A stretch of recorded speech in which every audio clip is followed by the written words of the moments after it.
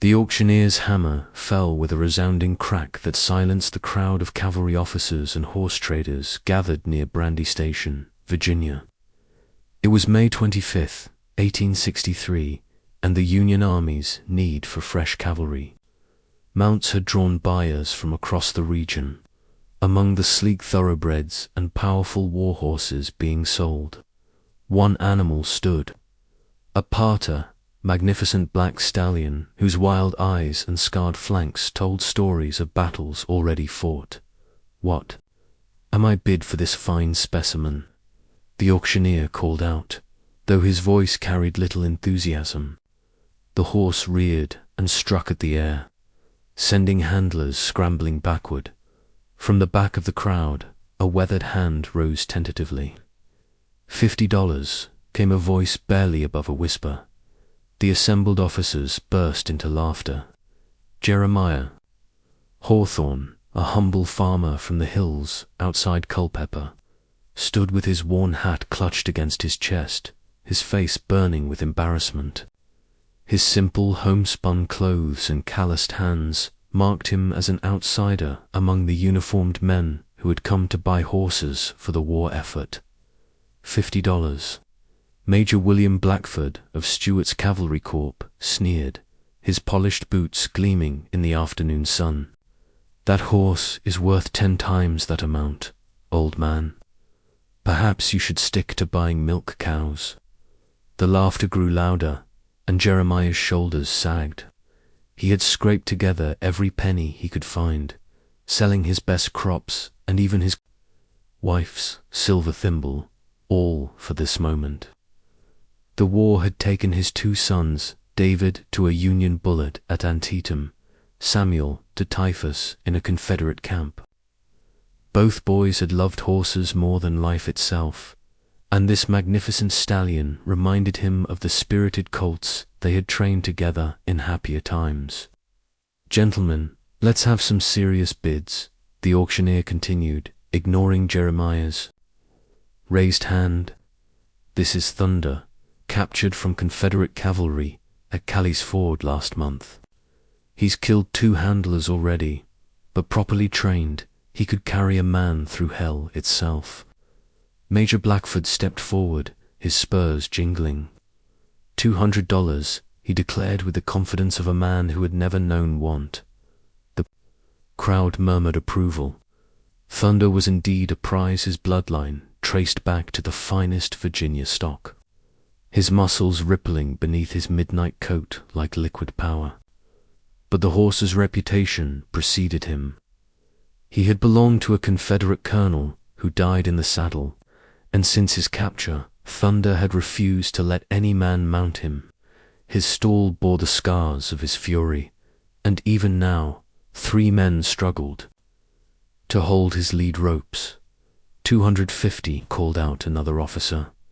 Jeremiah watched helplessly as the bidding climbed beyond his reach. His gnarled fingers tightened around the small leather purse that contained his life's savings. $50.32, every cent he had in the world. According to historical accounts from the American Battlefield Trust, the largest cavalry battle in North American history was about to unfold at this very location in just 2 weeks' time. Though none present could foresee the pivotal role this single horse would play in that epic confrontation.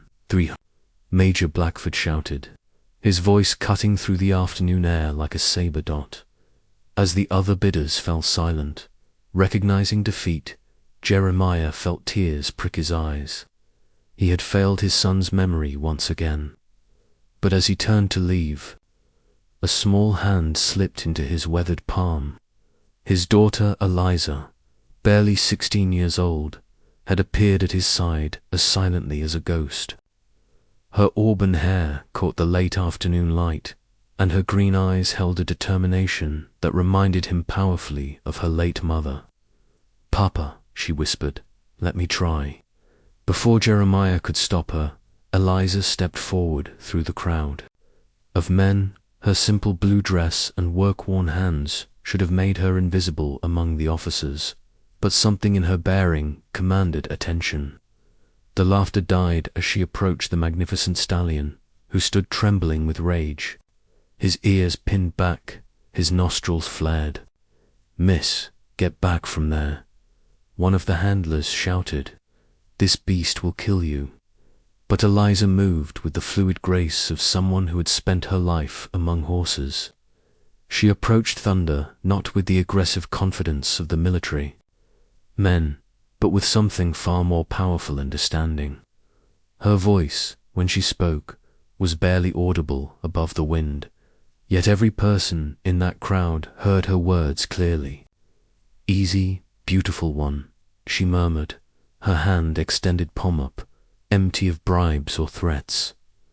"I know you're afraid. I know you're angry, but you don't have to carry that burden alone anymore." Thunder's ears flicked forward, and for the first time since his capture, the great stallion stood perfectly still. The silence that fell over the auction ground was so complete that the distant sound of a mockingbird's song seemed to echo like thunder. Every eye fixed on the slight figure of Eliza Hawthorne as she stood mere inches from the stallion that had terrorized experienced horsemen for weeks. Thunder's massive head lowered slowly, his dark eyes studying this strange young woman who approached him without fear or force. Major Blackford shifted uncomfortably, his hand instinctively moving to his saber hilt. "Someone get that girl away from there before she's trampled," he muttered, though he made no move to intervene himself.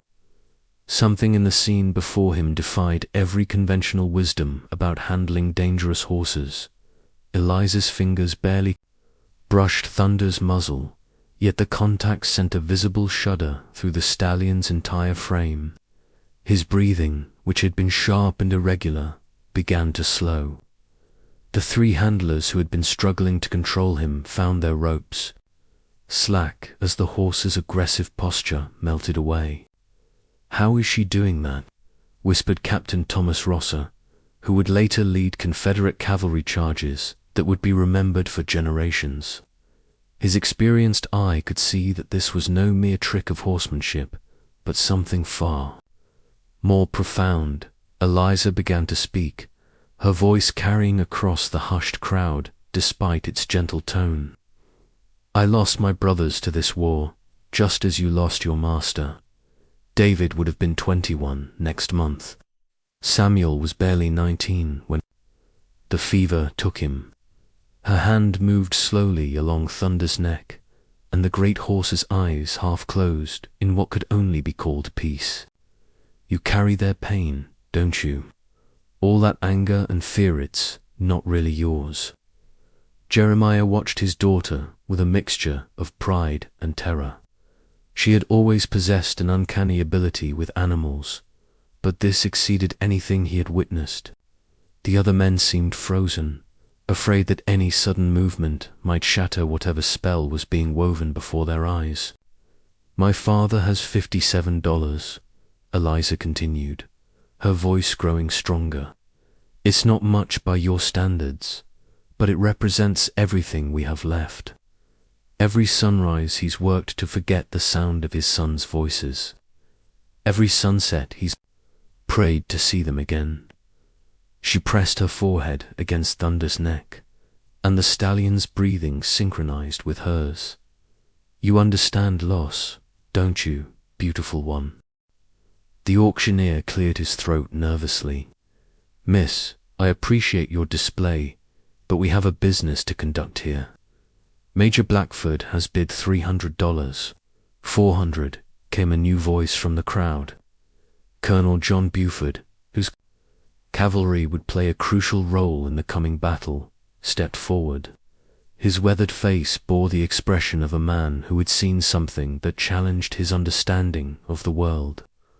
"I'll pay 400 for that horse." 500, countered Major Blackford, his voice tight with frustration. But Thunder seemed oblivious to the escalating bids. His massive head turned to follow Eliza's movement as she walked slowly around him, her hands trailing along his flanks. Where she touched, the tension seemed to drain away, leaving behind a calmness that was almost supernatural. 600, shouted another officer. 700. Blackford's face was red with indignation. The idea that this slip of a girl could accomplish what trained cavalry officers could not was an affront to everything he believed about military superiority. Eliza stopped walking and turned to face the crowd. Her green eyes seemed to hold depths that belonged to someone far older than 16. "Gentlemen," she said, her voice carrying with surprising authority, "this horse doesn't need a master. He needs a friend. All the money in the world won't buy you his loyalty if you try to break his spirit." $800, Major Blackford declared, his voice like ice. "And I'll thank you to remember that this is a military auction, not a country fair." The crowd murmured agreement, yet none could deny what they had witnessed. Thunder stood perfectly calm beside Eliza, his previous aggression replaced by an almost protective stance. When she moved, he followed. When she paused, he waited. It was as if the two had formed an instant bond that transcended the chaos of war and commerce surrounding them. "The bid stands at $800, the auctioneer announced, though his voice lacked conviction. "Going once, ... Jeremiah stepped forward, his face pale but determined. "Sir, I cannot match that bid in money, but I offer something more valuably home, where this horse will be loved, not merely used, a place where his spirit will be honored, not broken." The laughter that greeted this declaration was harsher than before. Major Blackford's voice rose above the rest. "Love doesn't win battles, old man. Spirit doesn't stop bullets. This is war, not a children's story." "Going twice," the auctioneer continued, raising his hammer. But before he could complete the final count, a commotion erupted at the edge of the crowd. A courier on a lathered horse burst through the assembled men, his uniform bearing the dust of hard riding. "Major Blackford," he called out, his voice urgent with news that would change everything. "General Stewart requires your immediate presence. Union cavalry has been spotted massing near Kelly's Ford. We ride within the hour." The implications of this news sent a ripple of tension through the crowd, as recorded in historical accounts. From the American Battlefield Trust, Confederate intelligence had detected unusual Union cavalry movements that would soon culminate in the largest mounted battle in American history. The officers who had been bidding on horses suddenly found themselves facing the prospect of immediate combat. "Sold to Major Blackford for $800, the auctioneer declared quickly, eager to conclude the transaction before military duties intervened. But as the hammer fell, Thunder erupted into his previous fury, rearing and striking at anyone who approached. Only when Eliza stepped close did he calm, leaving everyone to wonder what would happen when the young woman was forced to walk away. "Major." Blackford's triumph turned to ashes in his mouth as he watched Thunder revert to his previous state of wild aggression the moment Eliza took a step backward. The great stallion's eyes rolled white, his hooves struck sparks from the hard-packed earth, and the handlers who had relaxed their grips suddenly found themselves struggling once again with a creature possessed by demons. "Get that girl back here," Blackford shouted, his military composure cracking as he realized his $800 investment was about to become worthless. Whatever she did, have her do it again. But Eliza stood frozen, tears streaming down her face as she watched. Thunder's torment, the bond they had shared, however briefly, had shown her the depth of the stallion's pain and her own. In touching his mind, she had felt the echo of every battle he had endured, every friend he had lost, every moment of terror and confusion that had driven him to the edge of madness. "I can't," she whispered, her voice barely audible above Thunder's increasingly frantic whinnying. "He's not angry at people. He's angry at himself. He thinks he failed to save his master. He thinks he should have died instead." Jeremiah moved to his daughter's side, his weathered hand gentle on her shoulder. He had lost 2 sons to this war, but he could not bear to lose his daughter to the guilt and pain she was absorbing from the magnificent creature before them. "Eliza, step away. This is not your burden to carry. It is Papa," she replied, her voice growing stronger even as her tears continued to fall. "Don't you see? He's carrying the same guilt you carry about David and Samuel. The same guilt I carry, about not being able to save them. We're all wounded by this war, but we're so busy trying to hide our pain that we can't heal." The courier who had brought news of the Union cavalry movements shifted impatiently on his horse. "Major Blackford, sir. General Stewart is expecting your report. The enemy is advancing in greater numbers than anticipated." Blackford's face was a mask of military discipline, but his eyes betrayed his frustration. He had purchased the finest mount available, yet the animal was completely unmanageable. Around him, other officers were leading their newly acquired horses away, preparing for what promised to be a significant engagement. Only Thunder remained, his magnificent potential locked away behind walls of trauma and grief. "Miss Hawthorne," Colonel Buford interjected, his voice carrying the authority of a man who had commanded cavalry for decades. "What exactly are you proposing? We cannot delay this auction indefinitely, and Major Blackford has legitimate claim." To the animal, Eliza turned to face the assembled officers, her young face bearing an expression of startling maturity. "I propose that you let me work with him, not to break him, but to heal him. Give me 2 weeks, and I'll deliver a horse worthy of carrying a hero into battle." The laughter that greeted this proposal was tinged with desperation. Major Blackford stepped forward, his spurs jangling against the hard ground. 2 weeks, young lady, we may not have 2 days. Union cavalry under General Pleasanton is already moving toward the Rappahannock. If we're to have any chance of stopping them, we need every available mount ready for action immediately. "Then you'll lose," Eliza said simply. "Thunder, in his current state, is a liability, not an asset. He'll throw you at the worst possible moment, probably when enemy sabers are swinging toward your head. But if you give me time to reach him, to show him that his life still has meaning, he'll carry you through hell itself." The truth of her words was evident to every experienced horseman present. A mount that couldn't be trusted was worse than no mount at all. Yet the military situation left little room for patient rehabilitation.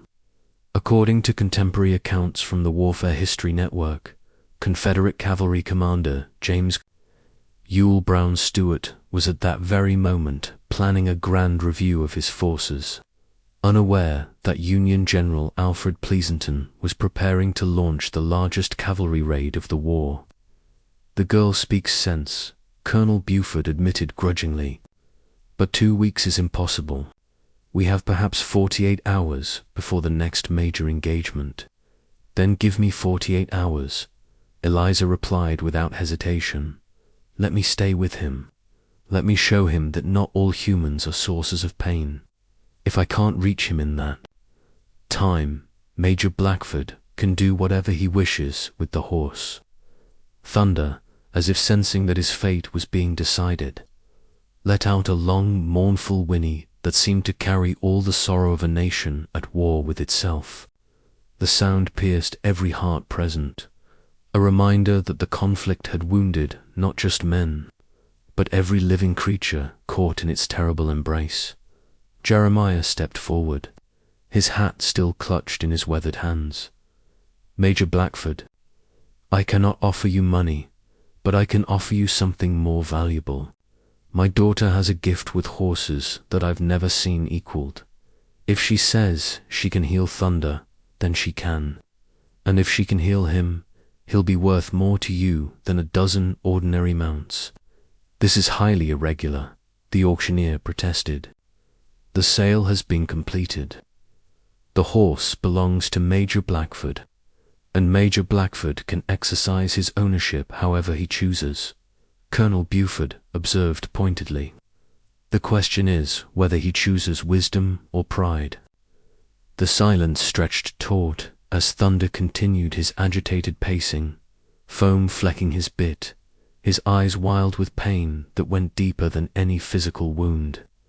Major Blackford studied the stallion with the calculating gaze of a professional soldier, weighing risk against potential reward.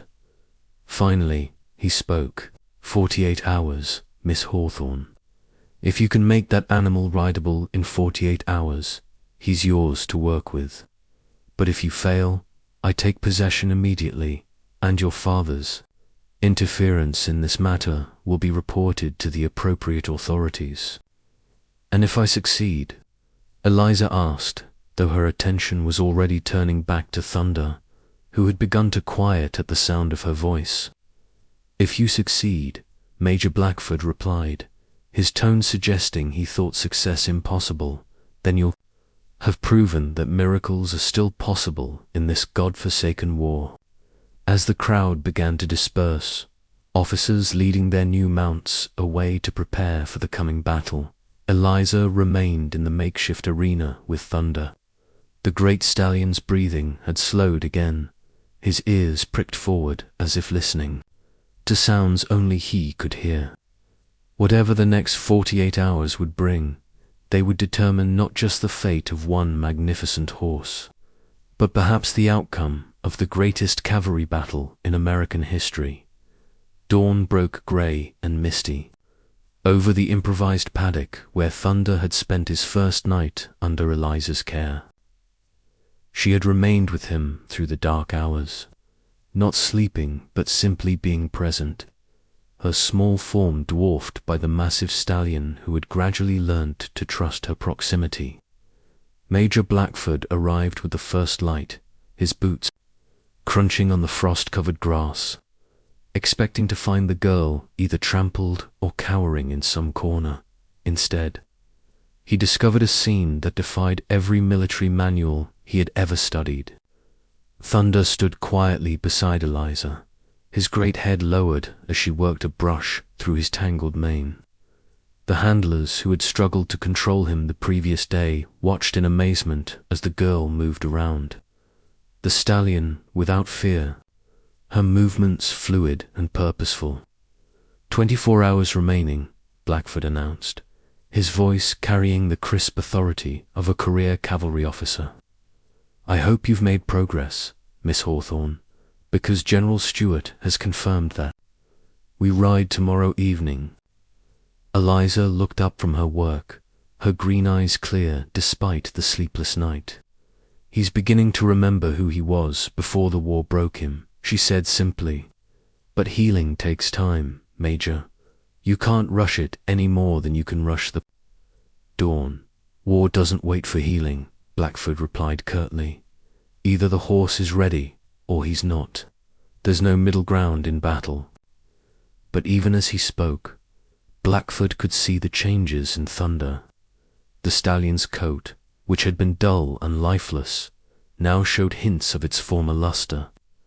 His eyes, while still wary, no longer held the wild look of a creature driven beyond endurance. Most remarkably, he allowed Eliza to work around his legs, something that would have been impossible just hours before. Tell me about his previous owner, Eliza said, continuing to brush Thunder's coat with long, steady strokes. What kind of man was he? Blackford's expression softened slightly.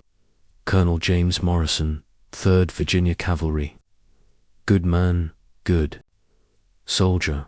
He raised Thunder from a colt on his plantation near Richmond. They say the two of them moved like one creature in battle, The horse seemed to know what Morrison was thinking before Morrison himself knew it. How did he die?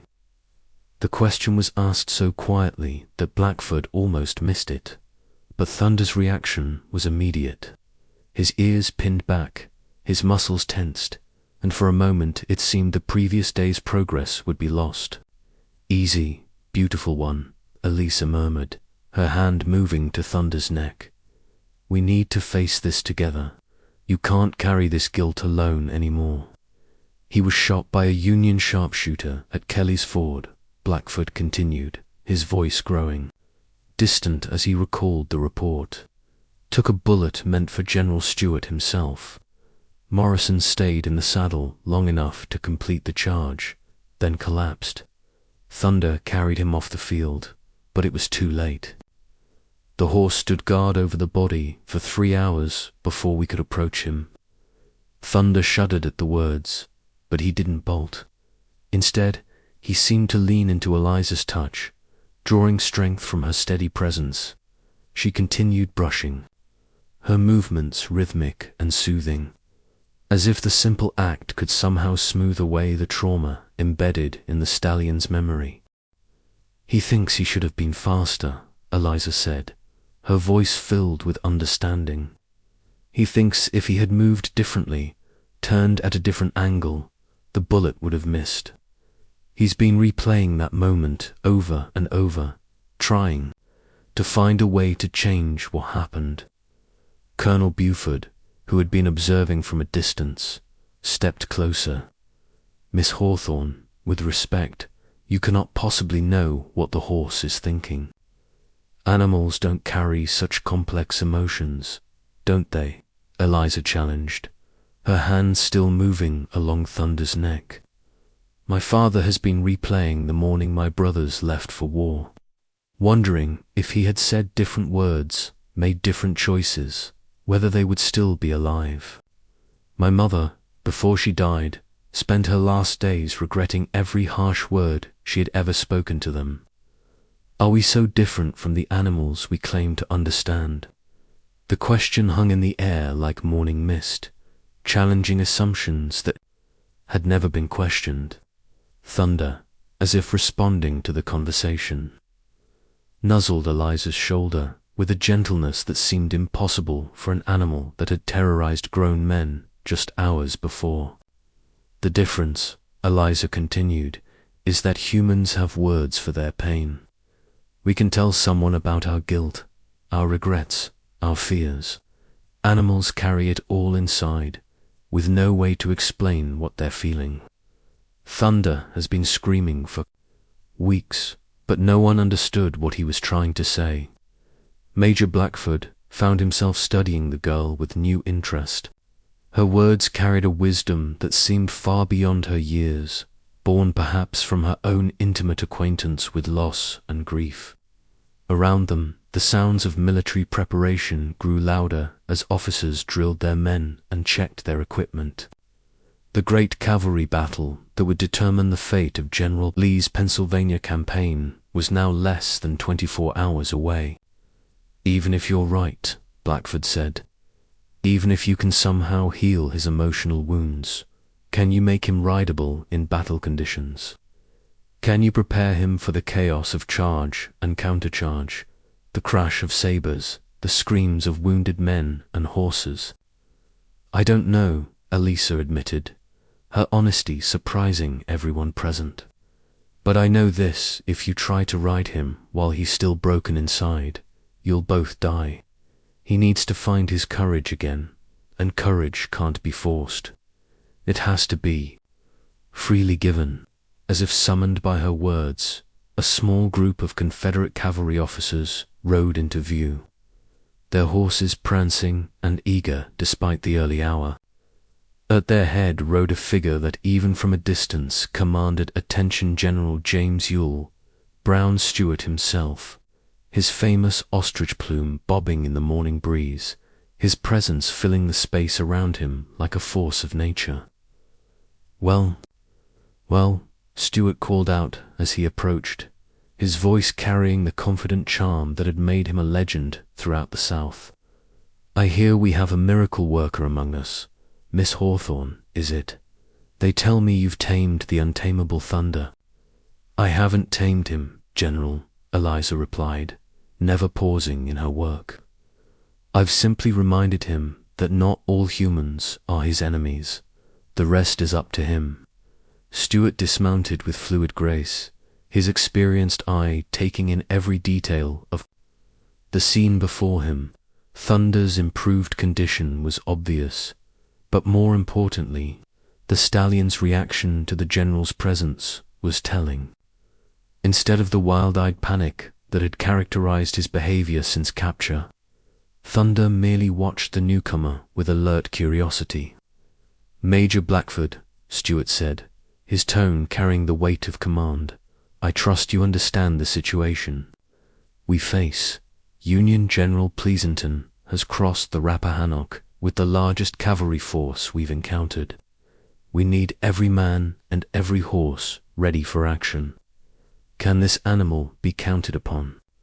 The question hung in the morning air as all eyes turned to Thunder, whose fate and perhaps the fate of the coming battle rested on the answer that would soon be given. General, Stuart's question echoed across the paddock like a challenge thrown down by fate itself.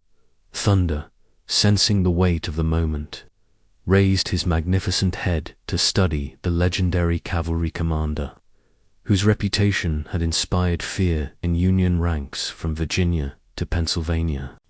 The stallion's nostrils flared as he caught the scent of a true horseman, someone who understood the ancient bond between warrior and mount. General, Eliza said, her voice steady despite the gravity of the situation, there's only one way to know if Thunder is ready. Someone has to trust him completely, and he has to choose to trust back. But it cannot be forced, and it cannot be faked.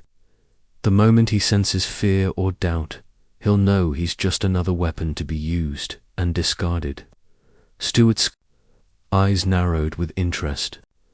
This slip of a girl was speaking to him about trust and courage concepts he had built his entire military career upon. And who do you propose should take this test, Miss Hawthorne? Major Blackford has paid handsomely for the privilege, but I confess I have reservations about risking one of my finest officers on an unproven mount. I'll ride him myself, Eliza said simply. The words fell like stones into still water, sending ripples of shock through the assembled officers. Major Blackford stepped forward, his face flushed with indignation. Absolutely not. This is a military matter, not some country fair exhibition. I'll not have my investment ruined by a girl's foolish romanticism. But Thunder had already begun moving toward Eliza, his massive frame somehow managing to appear gentle as he lowered his head to her shoulder. The trust between them was palpable, visible in every line of the stallion's posture. He had found, in this young woman, something he had thought lost forever, the possibility of partnership rather than domination. The horse is chosen, Colonel Buford observed quietly. Perhaps we should honor that choice.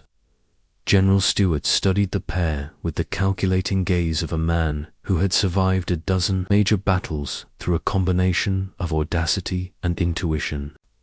Miss Hawthorne, I appreciate your confidence, but riding a horse in a paddock is vastly different from controlling him in the chaos of battle. Thunder was trained for war, not for gentle country rides. Then let me show you, Eliza replied, her hand moving to Thunder's mane. Without a saddle, without a bridle, using only a simple rope halter, she swung herself onto the stallion's back with the fluid grace of someone who had been riding since childhood. Thunder stood perfectly still for a moment, his ears pricked forward as he adjusted to the weight on his back. Then, in a display that left the watching officers speechless, horse and rider began to move as one entity. They started at a walk, then moved into a smooth trot, then into a canter that seemed to flow like music made visible. "By God," whispered Major Blackford, his antagonism forgotten in the face of what he was witnessing. "I've never seen anything like it." But Eliza wasn't finished. As they cantered across the paddock, she began to guide Thunder through the complex maneuvers that would be required in battle-sharp turns. Sudden stops, quick bursts of speed. The stallion responded to her slightest shift in weight, her softest whisper, as if they were communicating in a language older than words. "Now the real test," General Stewart murmured, drawing his saber. The distinctive ring of steel against steel filled the air as other officers followed suit, creating the clash and clamor that would accompany any cavalry charge. Thunder's reaction was immediate and electric.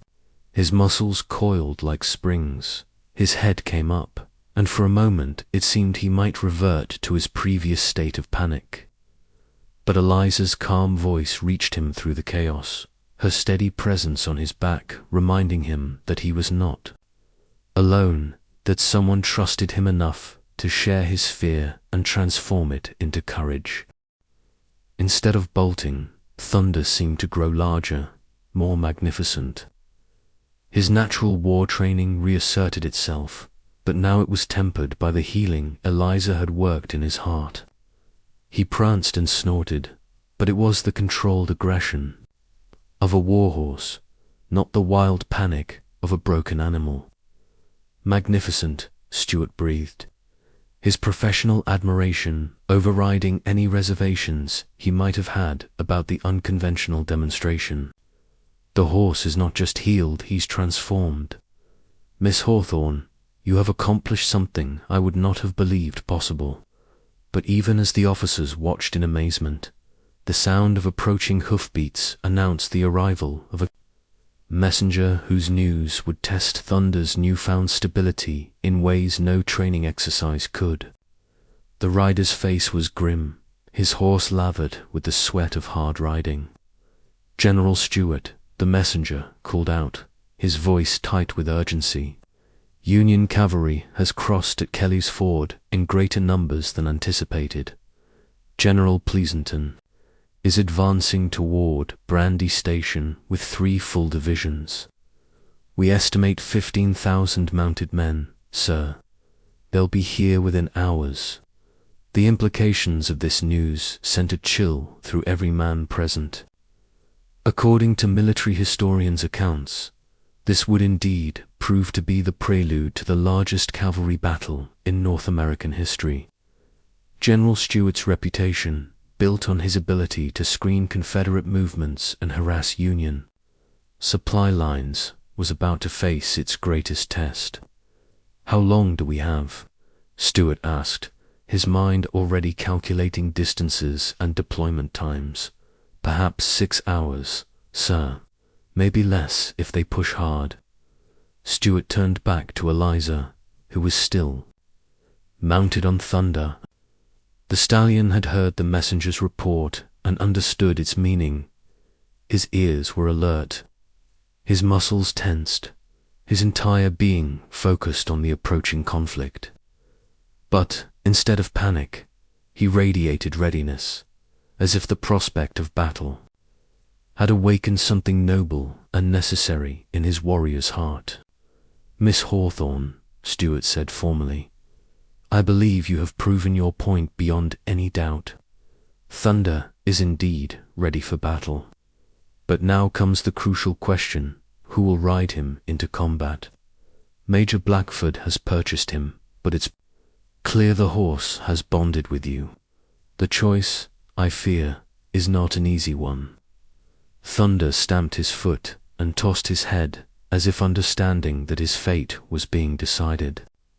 Around them, the sounds of military preparation grew louder as Stewart's cavalry began preparing for what would prove to be the most significant mounted engagement of the entire Civil War.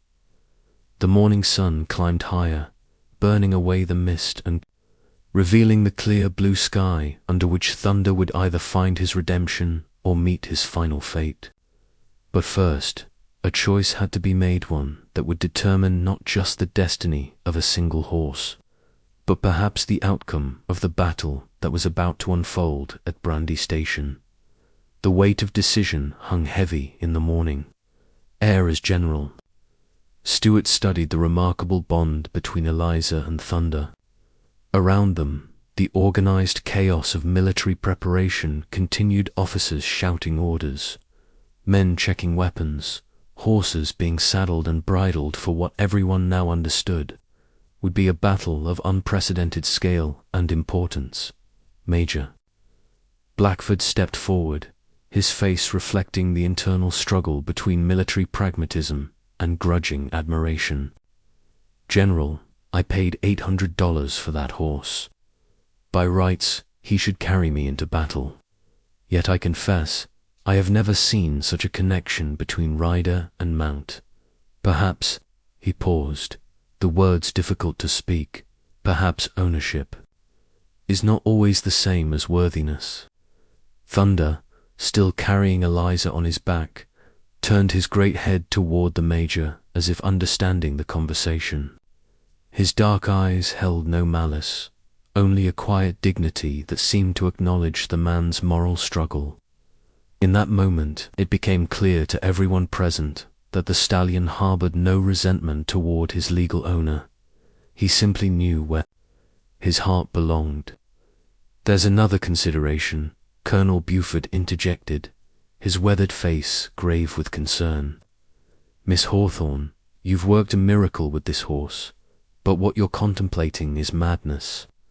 Battle is no place for a young woman, regardless of her skill with horses.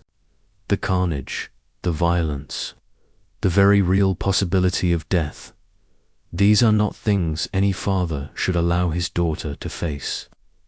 Jeremiah Hawthorne, who had been silent through the morning's events, finally spoke. His voice carried the weight of a man who had already lost too much to this war. Eliza, child, I cannot bear to lose you too. David and Samuel are gone, and your mother. His voice broke slightly. Your mother died of grief, waiting for news of our boys. You are all I have left in this world. Papa, Elisa replied, her voice gentle but firm. Thunder and I understand each other because we've both lost everything we thought we couldn't live without. But we've found something new, not a replacement for what we've lost, but a different kind of purpose. He needs to prove he can still protect someone he loves, and I need to prove that love is stronger than fear. General Stewart had been listening to this exchange with growing fascination. In his years of command, he had seen courage take many forms, but never had he witnessed such a pure expression of devotion between human and animal. The tactical side of his mind was calculating the advantage such a perfectly matched pair might provide in the coming battle, while the romantic Southern gentleman in him was moved by the nobility of the girl's commitment. There is precedent, he said slowly, for civilians accompanying cavalry units in times of extreme necessity. However, Miss Hawthorne would not ride as a combatant, but as what we might call a horse handler, someone whose sole responsibility would be to ensure Thunder performs at his peak capability. The suggestion hung in the air like morning mist, neither fully accepted nor rejected. Thunder seemed to sense the hesitation around him and began to move restlessly, his hooves dancing against the packed earth. Eliza's hand moved to his neck, and immediately the great stallion calmed, reinforcing the undeniable truth that they were stronger together than apart. General, Major Blackford said, his voice tight with the strain of military discipline warring against personal desire, I request permission to make an unprecedented proposal. I will donate Thunder to the Confederate cause, with the condition that Miss Hawthorne be allowed to accompany him into battle, not as my property, but as a partner in service to our nation. The silence that followed this declaration was broken only by the distant sound of bugles calling men to formation. General Stuart's famous ostrich plume bobbed as he nodded slowly, recognizing both the tactical wisdom and the moral courage of Blackfoot's decision. Major, your sacrifice honors both you and your service. Miss Hawthorne, are you prepared to accept this responsibility?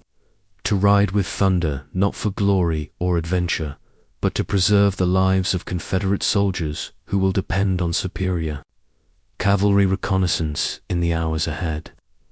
Eliza straightened in the saddle, her young face reflecting a maturity that war had forced upon an entire generation. General, I accept, but I have one condition of my own. When this battle is over, regardless of its outcome, Thunder and I choose our own destiny. We serve the cause of healing, not conquest. Agreed, Stuart replied without hesitation. Now, we have precious little time to prepare. The Union cavalry will be here before noon, and we must be ready to meet them. As if summoned by his words, another messenger galloped into the paddock, his horse's sides heaving with exertion. General Stuart. General, Pleasanton's advance guard has been spotted crossing the river at Kelly's Ford. They're moving faster than expected. We have perhaps 3 hours before contact. The announcement transformed the gathering from a discussion into urgent preparation. Officers dispersed to their commands, calling for formations and final equipment checks. But Thunder, instead of being agitated by the increased activity, seemed to draw strength from it. His ears pricked forward, his muscles tensed with anticipation rather than fear, and his eyes held the alert intelligence of a warhorse ready to fulfill his destiny. Miss Hawthorne, General Stuart said, his voice carrying the formal weight of command, you and Thunder will ride with my personal staff. Your task will be to observe enemy movements and relay information. Thunder's speed and your ... unique communication with him may prove invaluable in the confusion of battle. Eliza nodded, understanding the weight of responsibility being placed upon her shoulders. Around them, the Confederate cavalry was transforming from a collection of individual units into a coordinated fighting force.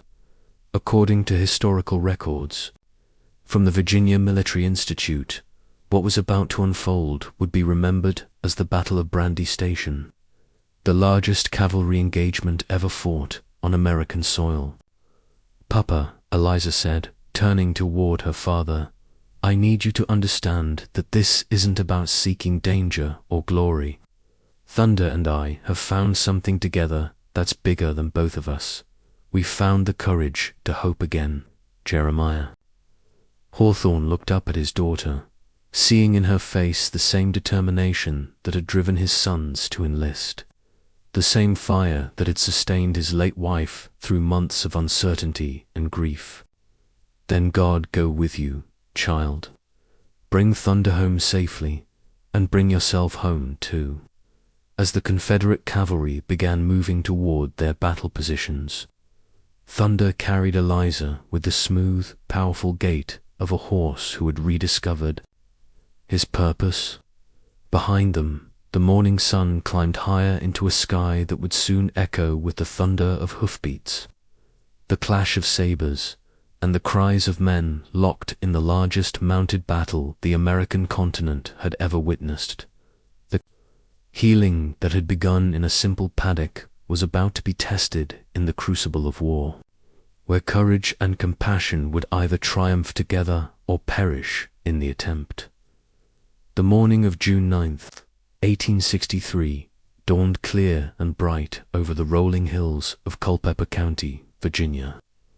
Thunder moved beneath Eliza with the fluid grace of a creature reborn, his powerful strides carrying them toward a destiny that neither could have imagined just days before. Around them, General Stuart's cavalry formed into battle lines, over 9,000 Confederate horsemen, preparing to face the largest Union cavalry force ever assembled. The sound began as a distant rumble, like approaching thunder, but Eliza and her magnificent mount knew better. It was the sound of 15,000 Union cavalry horses crossing the Rappahannock River at Kelly's Ford and Beverly Ford simultaneously, their hoofbeats creating a drumroll that seemed to shake the very earth. General Alfred Pleasonton's massive raid was about to collide with Stuart's surprised but rapidly organizing defenders. Miss Hawthorne, General Stuart called as he rode up beside them, his famous ostrich plume dancing in the morning breeze. I need you and Thunder to ride to the high ground near St. James Church. From there, you can observe the Union advance and report their numbers and disposition. Can you handle that responsibility? Thunder's ears pricked forward at the sound of Stuart's voice, but his attention remained focused on Eliza. The bond between them had deepened through the night as they prepared for this moment, and now they moved as one entity, her courage flowing into him, his strength supporting her resolve. We're ready, General, Eliza replied, her voice steady despite the magnitude of what lay ahead. Thunder knows what's at stake. As they galloped toward the observation point, the scope of the battle began to unfold before them. Union cavalry poured across the fords in seemingly endless columns, their sabers glinting in the morning sun. According to detailed accounts from the American Battlefield Trust, General Pleasonton had indeed launched the largest cavalry operation of the war, intending to surprise and destroy Stuart's command before it could screen Lee's movement into Pennsylvania. From their vantage point on the hill, Eliza could see the Confederate response taking shape. Stuart's men, caught off guard but not unprepared, were forming into battle lines with the practiced efficiency of veterans. Major Blackford, mounted on a borrowed horse since giving up Thunder, was organizing his squadron near the center of the Confederate position.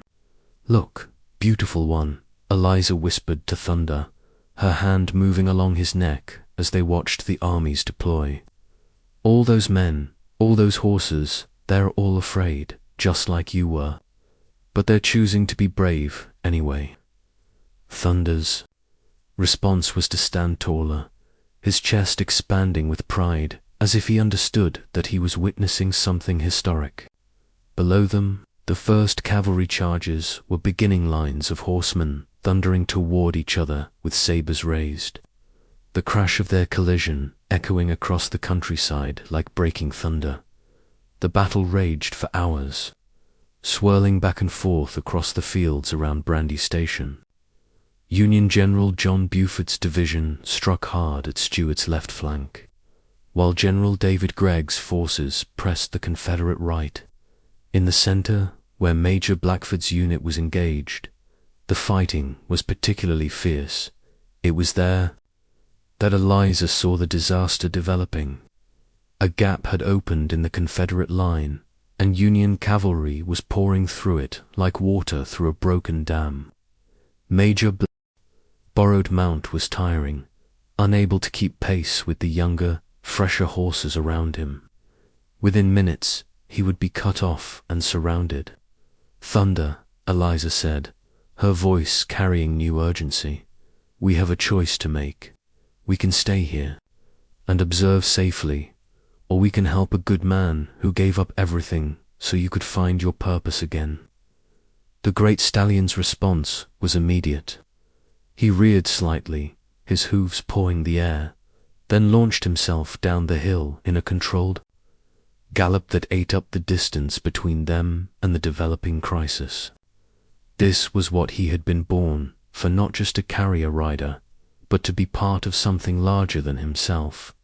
They reached Major Blackford just as his exhausted mount stumbled, throwing him to the ground directly in the path of charging Union cavalry. Without hesitation, Thunder positioned himself between Blackford and the oncoming sabers, his massive frame serving as a shield while Eliza helped the Major to his feet.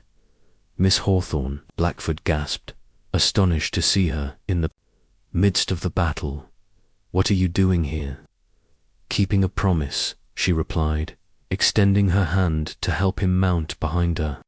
"Thunder and I don't abandon our friends." What followed was a ride that would be remembered in military histories for generations. Thunder, carrying both Eliza and Major Blackford, outran pursuing Union cavalry across 3 miles of contested ground, dodging sabers and pistol shots with the agility of a creature half his size. His speed and endurance, enhanced by the healing of his spirit, proved superior to any horse on the field that day. They delivered Major Blackford safely to General Stuart's position, just as the Confederate commander was organizing a counterattack that would eventually drive the Union forces back across the Rappahannock. The battle, which had begun as a surprise attack, ended as a tactical Confederate victory, though both sides would claim success, as the guns fell silent and the wounded were tended. General Stuart rode over to where Eliza sat atop Thunder, both of them exhausted but triumphant. The stallion's coat was dark with sweat, but his eyes were bright with the satisfaction of a warrior who had proven himself worthy of the trust placed in him. "Miss Hawthorne," Stuart said formally, his hat in his hand, "you and Thunder have served the Confederacy with distinction today. More importantly, you've reminded us all that courage comes in many forms, and that healing is sometimes the greatest victory of all." Major Blackford, his own horse recovered and ready, approached them with something that looked suspiciously like tears in his eyes.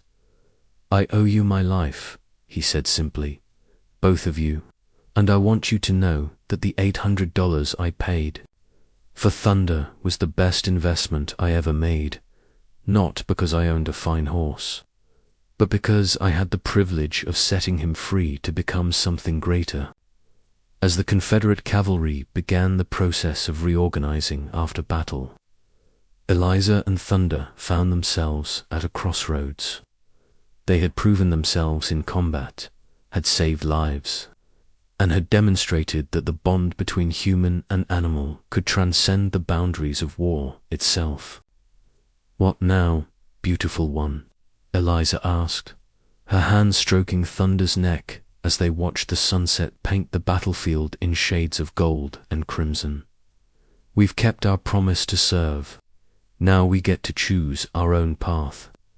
Thunder's answer was to turn away from the sounds of military camp life and toward the quiet hills where Jeremiah Hawthorne waited with a mixture of pride and relief. They had entered the battle as symbols of healing and hope, and they emerged as living proof that even in the darkest times, love could triumph over fear, and broken spirits could be made whole again. The Battle of Brandy Station would be remembered as the beginning of the end for Confederate cavalry supremacy, but for one magnificent stallion and the young woman who had saved his soul, it marked the beginning of a different kind of legend, one that spoke not of conquest, but of redemption, not of ownership, but of partnership, and not of war, but of the enduring power of compassion to heal even the deepest wounds in the years that followed. Thunder would carry Eliza across a healing nation, their story becoming a symbol of hope for a country learning to bind up its wounds and move forward together. But that is a tale for another day, for other voices to tell. What matters now is that on a battlefield in Virginia, on a day when the thunder of war filled the sky, two broken spirits found each other and chose to be whole.